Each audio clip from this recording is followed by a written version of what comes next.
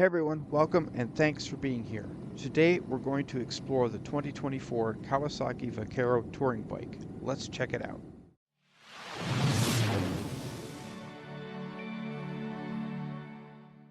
If you're looking for a V-twin touring bike but don't want to pay Indian or Harley prices, check out the Vaquero.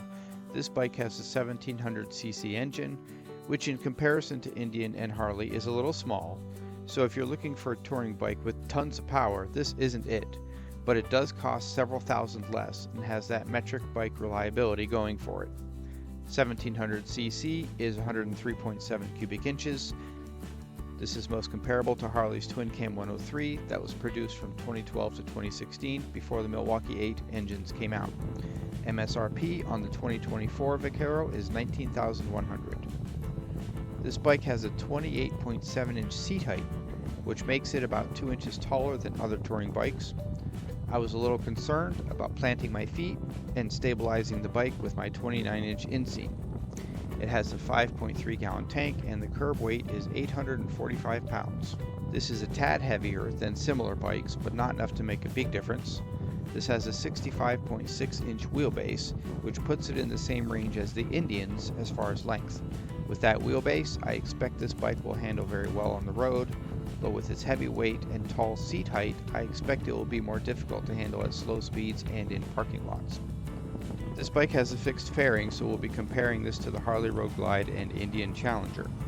The styling on this fairing is definitely unique. It has fake vent channels on each side of the headlight. They look like vents, but these channels hold the radio speakers, so they aren't actual vents. The Voyager is basically the same bike as the Vaquero, except it has the full tour pack. It comes with lights in those spots, but they didn't put those lights on the Vaquero. They put fake vents in those channels instead. I haven't decided if I like it yet. Jury's still out on that. You can buy an accessory light package for the Vaquero to fill those holes if you want. Another unique feature is that the saddlebags open to the side instead of on the top. They have a cross strap to keep items from falling out when you open the hatches. Seems a little weird. I would imagine most people will end up buying bag liners to hold their belongings, especially when packing several small items that won't stay put with a small strap. I'm not a huge fan of that. It doesn't make much sense to me. My overall impression when looking at this bike is that it looks like a beast. Not in terms of power, but in size. It looks big and heavy. The tank and saddlebags are wide, which makes the bike look big. But let's get to the ride and see what it's actually like to ride this monster. The test ride I took wasn't a very long ride. The people at the dealership knew I wasn't going to buy the bike even if I did like it, so the guy leading me on the ride didn't bother taking me on the nice 20-minute ride they usually go on.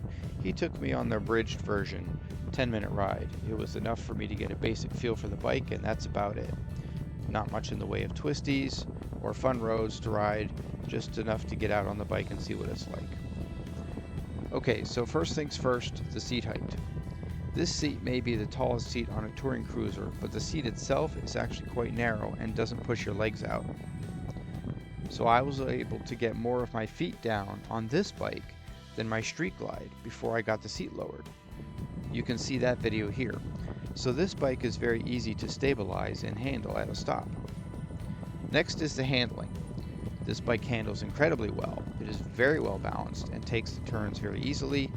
There have been times when I've ridden fixed fairing bikes like the Road Glide that I struggled a little bit with the handling of the bike because of the weight of the fairing on the front. At the end of the ride, we took a U-turn to head back to the dealer. Now it was a very wide U-turn across about 3 lanes, but this bike took it very easily. I even scraped the left peg a little on the turn, so handling and balance is no issue here. I believe some of that is due to the longer wheelbase. When it comes to airflow, I have the same gripe on this bike that I've had when riding the Road Glide. If I wanted that much wind in my face when riding, I wouldn't ride a bike with a fairing. This bike really needs a taller windscreen to have good wind protection. There was a lot of wind in my face. The fairing did fine keeping the wind off my chest and shoulders, but did nothing to keep it off my helmet. I didn't mess with the audio during this ride.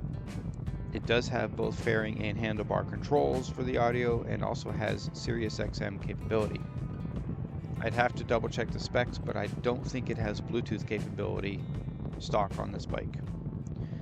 Last item of discussion on this ride is the engine. The 1700cc engine on this bike has plenty enough power for your typical cruiser style riding. It does not accelerate out of the gate like a rocket. It's not designed for that. The RPM range on the engine isn't very wide. It's similar to other big twin touring bikes in that it runs best between 2,000 and 3,000 RPM. One thing I wasn't super thrilled about, but could get used to, is that the engine vibrates, especially at the lower end of the RPM range. It has this clunky seat vibration between about 2,000 and 2,500 RPMs, then it evens out in the higher RPMs. I think it's the change in vibration that gets to me a little. Either vibrate all the time or don't vibrate at all. Pick one. With my Harley, I primarily feel the vibration in the handlebars, but not in the seat. With the Vaquero, I feel the vibration in the seat, but not the handlebars. Okay, so let's wrap this up. Is the Kawasaki Vaquero worth considering if you're looking for a big V-twin cruiser? Absolutely. A couple things need tweaked. It needs a taller windscreen, and if you plan to use the saddlebags, you may want to buy liner bags to go in them. But quite honestly, the 2024 Road Glide needs a taller windscreen too, and that bike's MSRP is $7,000 more to start. The Indian Challenger has an adjustable windscreen, but I'm not sure it goes up high enough to really help. I think it would need a taller windscreen as well, just not as tall as the others because of the height adjustability. And the Indian Challenger's MSRP is $7,500 more than the Vaquero. Yes, the Vaquero is less powerful, but it has plenty enough power for your typical cruising. This has the same power, again, as the Twin Cam 103 Harley, and there's still a lot of those out on the road. As a touring bike option, these aren't as popular as Harley or Indian, but definitely worth looking at if you want a less expensive option than those. This is probably it for this year's test rides. Thanks everybody for watching. Don't forget to subscribe, and we'll see you on the next one.